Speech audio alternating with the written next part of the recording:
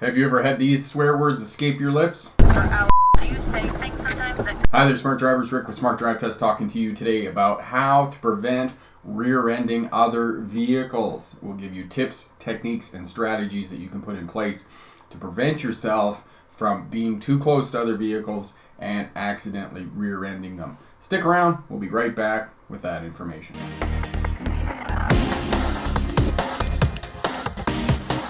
Hi there, Smart Drivers. Rick with Smart Drive Test talking to you today about how to prevent rear-ending other vehicles. This is an advanced driver skill that you will not be taught in any driver education program and probably most defensive driving courses either. So that's what we're going to talk about today. Esther was very generous to send in a dash cam footage of a crash that she had, and we're going to go over that and give you an analysis of that. Now, preventing yourself from rear-ending other vehicles is a little bit like martial arts. If you can read the signs and know what's coming, it's a lot easier to defend yourself or to counter the movement. And Esther has beat herself up and said, oh, I'm 100% at fault. I would actually cut Esther some slack and say, you don't know what you don't know.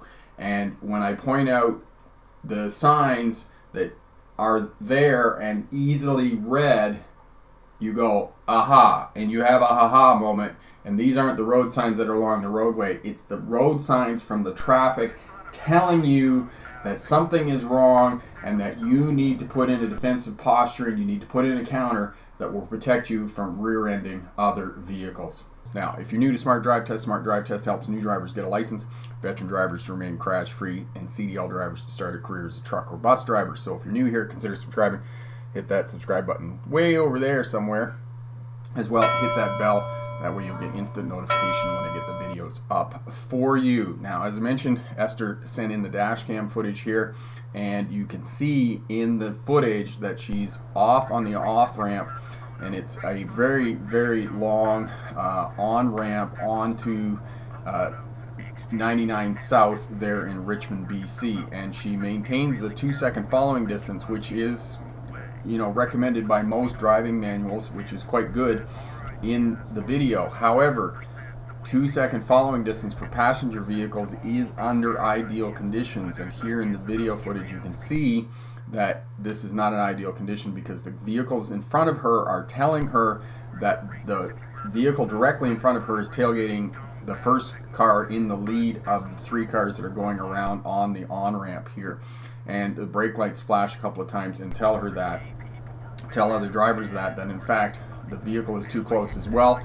As vehicles get closer together, the spaces between the vehicles shrinks. It gets smaller, which also indicates to you that the vehicles are too small. So the counter to this is that you need to increase your space. She should have increased her space to a 3, 4, 5 second, probably a 5-second following distance, because essentially what she could have done was increased her following distance, let way off on the throttle, got way back, and then accelerated, and she could have accelerated out onto the freeway and been up to highway speed and been away from those other vehicles. Because she let off on the throttle and got a 5, maybe even a 10-second following distance between her and those other vehicles, then she would have backed off, been able to speed up and get onto the highway with the correct speed that she needed, which was probably 100 kilometers an hour out onto the freeway, onto 99 South there. So that's what she could have done, and the telltale sign are the brake lights. The driver directly in front of her had tapped the brake light 3 or 4 times,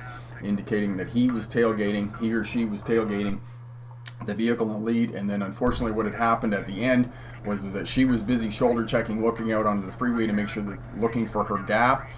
What happened was that the car in front stopped, and then her car directly in front of her stopped, and she ran into the back of the car. Fortunately, as I said, it was a minor crash. So that's essentially what happened, and that's how you can prevent yourself rear-ending other vehicles. If there's anything that indicates to you that the vehicle in front of you is tailgating another car, back off, back way off, 5 to 10 second following distance, and that will prevent you from rear-ending other vehicles.